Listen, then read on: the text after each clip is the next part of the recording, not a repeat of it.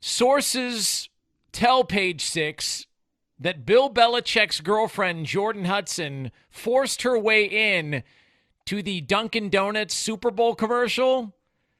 Bill saw it as a way for her to get paid. People said they've never seen anything like it.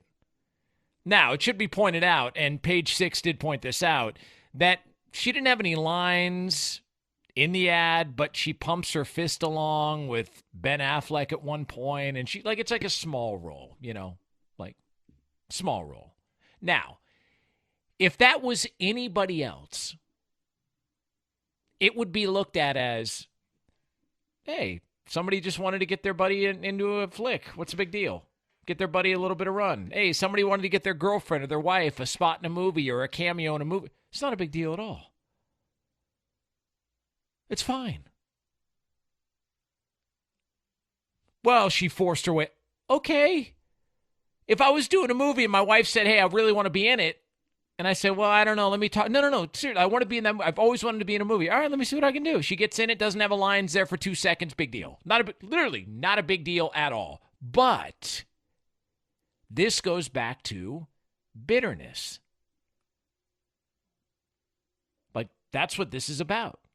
The fact that any of this crap is public knowledge or all goes back to bitterness. Now, we can break down all the stuff going on and all the stories that have come out. Listen, New York Post did an article earlier this week, and they went on to point out that Belichick's girlfriend's amassed like this huge New England real estate portfolio that they met on a plane or a flight from Palm Beach or something like that, which, listen, the name Palm Beach is interesting considering, some of the past that Belichick's former owner, Bob Kraft, had. But again, we're leaving that stuff off to the side. Let's focus on the task at hand here. And so they did this whole breakdown. And in the article, if you go all the way down to the bottom and you read through the whole thing, they made sure to point out that Jordan Hudson, Bill Belichick's girlfriend, her mom owns a sex toy shop. Okay? Now, I'm not making that up. I'm not spinning yarns here. That is not a lie. That is in the article. Now, I have not been to said shop, so I cannot confirm that in first person, but that's what the article was about. And so you start to take a step back and you go, okay, so let me get this straight. So, greatest coach in the history of the NFL, now coaching at North Carolina. We should be looking ahead to what the season is going to look like and also be looking ahead to what him at that level with that program is going to be looking like. And instead, we're now having discussions about whether or not North Carolina might want to think about pulling the plug because there's just too much drama going on. There's too much of a circus. And I'll be honest with you, full disclosure, 5-6 days ago, I'm like, yeah, this whole thing's kind of weird. It's weird. It is weird. I'm sorry. It's a little strange that you've got Bill Belichick dressed like Long John Silver or dressed in the same outfit that Richie from It was wearing when he got sucked into the sewer pipe by the clown. He's got this yellow raincoat on, and he's out there hanging out with her while she's dressed as a mermaid. That's weird. I got it. I'm not into it. I mean, just imagine the diehard Patriots fan, guy who's been living and breathing with that team all the way back to when Andre Tippett was a player. I mean, all the way back to when Tony Eason was getting mauled by the 85 Bears. Just think about that guy who's been through the low points and the high points. He's out taking his dog on a nice stroll. They're on the beach. They're walking along. He's throwing sticks into the water. The dog's bringing him back. And all of a sudden, he looks over to his right and goes, Is that Bill Belichick dressed up like he's the mascot on a fish sticks box? And she's a what?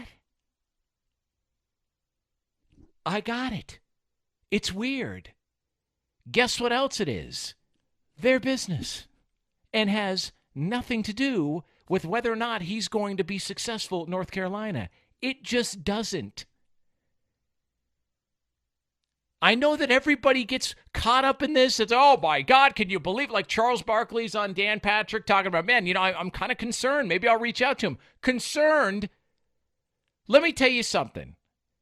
If I walked into my house at 24 years old and showed her to my father, he would say, hell of a job there, kid.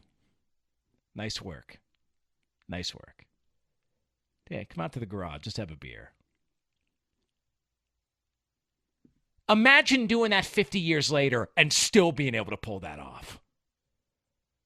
And we're sitting here condemning the guy? Who the hell knows? Maybe Belichick looks at her and goes, she's my assistant. She helps me with this stuff. She helps me with social media. I want to get into real estate. She helps me with that. And you know what? I'll throw her a bone. Hey, you want to be in this commercial so bad? No problem. You're going to have about 4 seconds. It'll be run during the Super Bowl, and that's it. Big deal.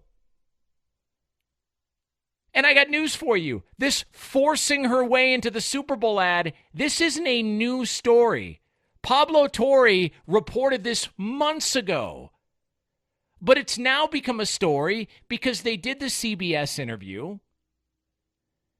He's up there in a Navy sweater that looks like, he had been paintballing with real bullets. She's in the corner, and she's playing executive producer. I mean, they don't want to talk about how they met. And everyone's going, oh, my God. Like Bovada, the gambling site Bovada comes out with these odds during the week. And like one of them was, did they meet at Orchids of Asia? Did they meet here? Did they meet here? Like all these like crazy odds. And they're like, well, no, they met on a flight from Palm Beach in 2021. Did it ever occur to you that maybe they don't want to be so public about when they met because maybe he might have been in another relationship at that time? Did it ever occur to you? Okay. And I'm not excusing that behavior, but you know what? Sometimes you got to shop in another aisle. And other times you got to shop in another aisle and hope that nobody sees you in there. Live and let live, man. It's fine. We don't need daily updates on what his love life is like and how this is going to impact the program. The only reason that this is happening is because of everything that went down in New England for 2 decades. That's it. That's it. Let me ask you a question. Did anybody criticize Tony Romo in his first year as a broadcaster the way they criticized Tom Brady? No, they didn't. Do you want to know why? And how I know that?